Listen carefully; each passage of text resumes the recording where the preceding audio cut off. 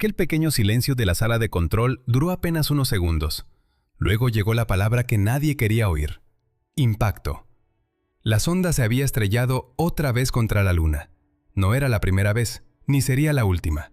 Y ahí está la parte incómoda. Durante décadas, mandar algo a la Luna ha parecido un gesto sencillo desde la Tierra.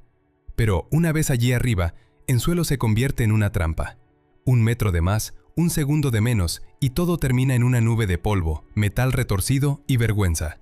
El golpe más duro para muchos llegó en 1966, cuando la misión soviética Luna 9 consiguió lo que hasta entonces parecía casi imposible: el primer aterrizaje suave sobre la superficie lunar.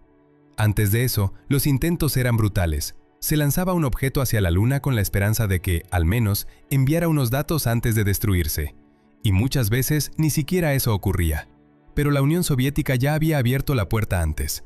En 1959, Luna 2 se convirtió en el primer objeto artificial en chocar contra la Luna, o contra cualquier otro cuerpo celeste fuera de la Tierra. Fue un choque seco, definitivo, el primero de una larga lista. Ahora bien, si todo esto sonaba a historia antigua, en agosto de 2023 la realidad volvió a dar un golpe sobre la mesa. La misión rusa Luna 25 intentó aterrizar con suavidad y terminó destrozada en la superficie. Otro cráter más, otro fragmento de la ambición humana enterrado para siempre bajo el polvo gris.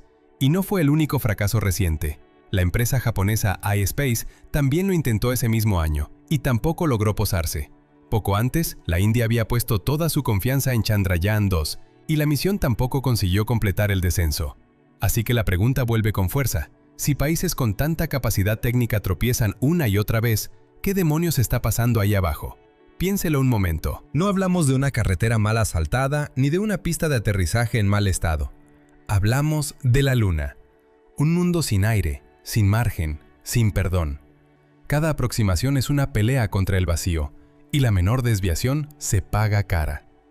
La clave está, en parte, en el terreno invisible.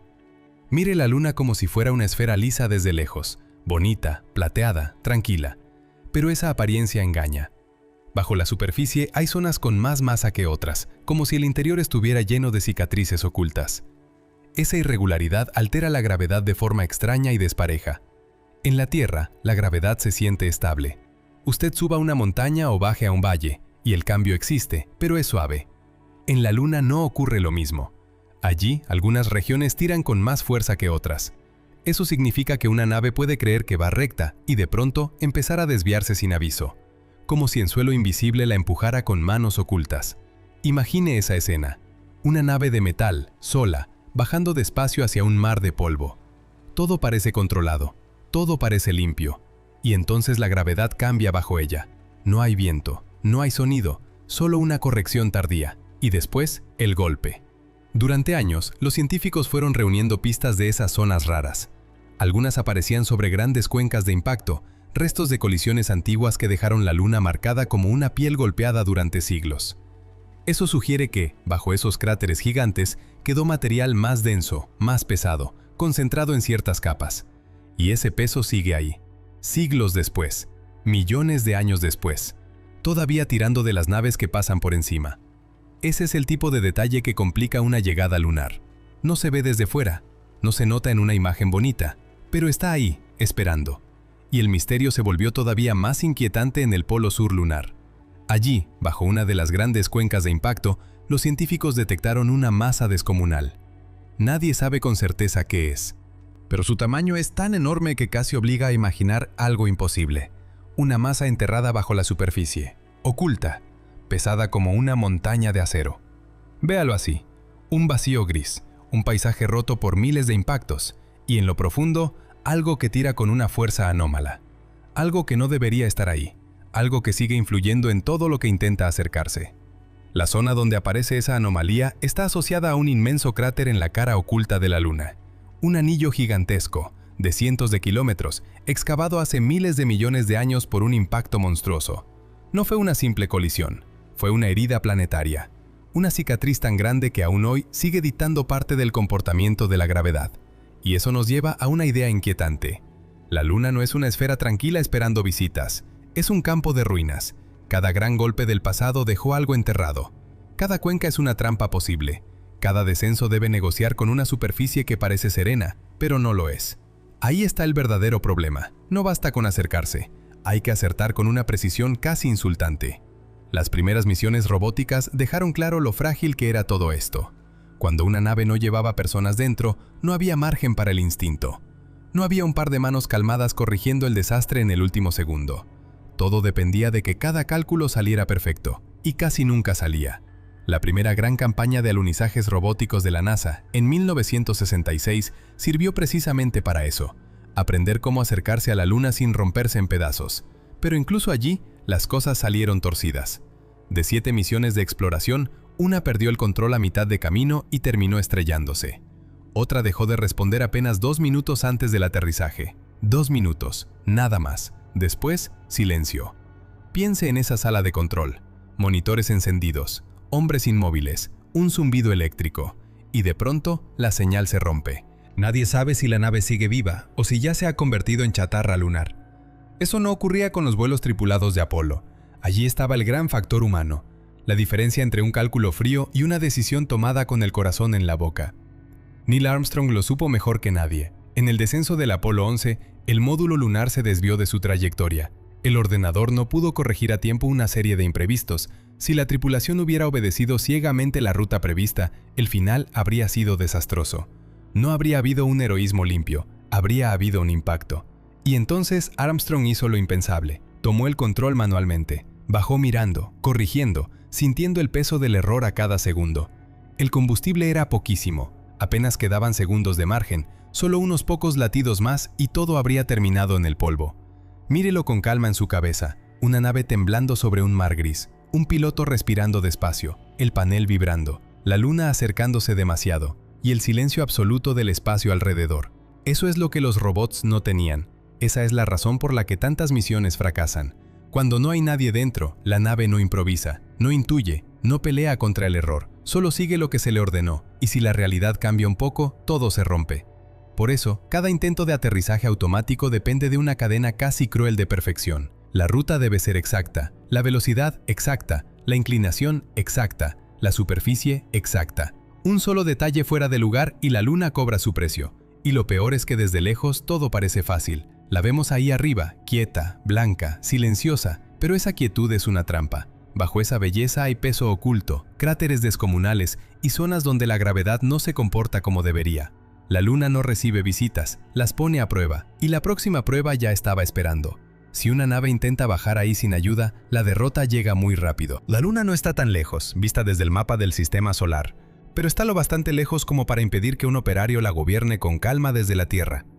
La señal tarda en ir y volver unos 2 segundos y medio. Parece poco, no lo es. En una maniobra de descenso, ese retraso es una eternidad. Y aquí está la trampa que mucha gente no espera. Marte está muchísimo más lejos, y sin embargo aterrizar allí puede ser más sencillo en un sentido muy concreto. No fácil, más sencillo. La diferencia está en el aire. Marte tiene una atmósfera débil, casi fantasmal, pero suficiente para que un paracaídas haga algo útil. En la Luna, en cambio, no hay aire que frene nada. Es una caída limpia, fría, brutal. Piensa en la imagen. Un vehículo entrando a toda velocidad, sin fricción que lo abrace, sin cielo que lo sostenga. En Marte, primero se le roba velocidad a mordiscos. Luego, en el último instante, se puede amortiguar el golpe con sistemas simples en las naves ligeras. Para los equipos grandes, la historia cambia. Se usan retrocohetes y grúas aéreas, como si una máquina invisible dejara caer el aparato con una precisión casi quirúrgica. En la Luna, todo eso desaparece. No hay paracaídas, no hay resistencia, no hay segundo intento. Solo motores, cálculo y nervios de acero. Y aún así, eso no es lo más difícil. Lo más difícil es que, en la Luna, el descenso debe terminar en velocidad cero. Cero real. No casi, no suficientemente lenta. Cero respecto al suelo, justo antes de tocarlo. Eso obliga a encadenar encendidos de motores con una sincronización perfecta, como si cada segundo fuera una cuchilla. Una maniobra así no perdona torpeza, no perdona retrasos, no perdona un error de lectura. Mire el contraste con un cohete como el Falcon 9. Ese cohete aterriza como si lo hiciera con elegancia, pero en realidad depende mucho de la atmósfera terrestre. Se apoya en el roce del aire, en superficies que lo corrigen, en un planeta que le ofrece algo de ayuda. La Luna no ofrece nada, solo vacío. Por eso cada módulo que intenta bajar allí debe llevar su propio control completo del descenso. Todo debe venir dentro de la nave, todo. Y entonces aparece otra dificultad, menos visible pero igual de cruel. el lugar de aterrizaje. No basta con llegar, hay que llegar al sitio correcto. Durante años, las misiones lunares más simples eligieron lo más fácil. El primer impacto de la sonda soviética Luna 2 fue casi una embestida directa, una trayectoria balística pura. Y cuando más tarde se buscó un aterrizaje controlado, como en Apolo, se prefirió la zona visible de la Luna, cerca del Ecuador. Era una ruta más dócil, más limpia, más previsible. Imagine esa geometría en su mente: Tierra al sur, Luna al norte y una línea casi recta entre ambos. Poco margen, poca extravagancia. El viaje era, en esencia, una huida ordenada hacia una superficie que aceptaba la llegada en el ángulo más amable posible. Eso simplificaba la navegación, y aún así, seguía siendo una hazaña enorme. Durante mucho tiempo, nadie quiso romper ese patrón, hasta que China lo hizo con Chang'e 4, en la cara oculta de la Luna. Aquello cambió el juego. Ya no se trataba solo de tocar suelo lunar, se trataba de tocar una región que nunca mira a la Tierra, una región muda, aislada, con relieve difícil y sin la comodidad de la visibilidad directa. Fue un salto importante, uno que abrió la puerta a los lugares más duros, porque la nueva carrera no apunta al centro de la cara visible, apunta al Polo Sur. Y ese nombre, por sí solo, ya suena a sitio donde las cosas no salen gratis. Allí esperan cráteres profundos, sombras eternas y, según todo indica, reservas de hielo. No hielo decorativo, hielo útil. Agua que puede beberse, descomponerse y convertirse en oxígeno para respirar y en hidrógeno para combustible. En otras palabras, una despensa y una gasolinera escondidas bajo la oscuridad lunar. Por eso el Polo Sur exige otra clase de viaje. Ya no basta con cruzar de un punto a otro. Hay que entrar en órbita polar, mover la nave en 3 dimensiones y no en una simple línea plana. Hay que pensar en altura, inclinación y ventana de descenso como si se tratara de entrar en una fortaleza desde varios ángulos a la vez. Piense en eso. No es solo llegar a la Luna, es aprender a rodearla como un cazador paciente. Y aún así, la historia demuestra que sí se puede. La misión india Chandrayaan-3 lo consiguió. Bajó donde otros cayeron antes. Bajó en una región donde muchos ya habían tropezado. Y lo más llamativo es que esa victoria nació de una derrota anterior. Chandrayaan-2 no salió bien, se estrelló. Quedó como un recordatorio áspero de lo que pasa cuando el último tramo se rompe. Pero de ese golpe surgió el método, la corrección, la disciplina. Así se aprende en esta clase de empresas. Así se gana terreno en el vacío.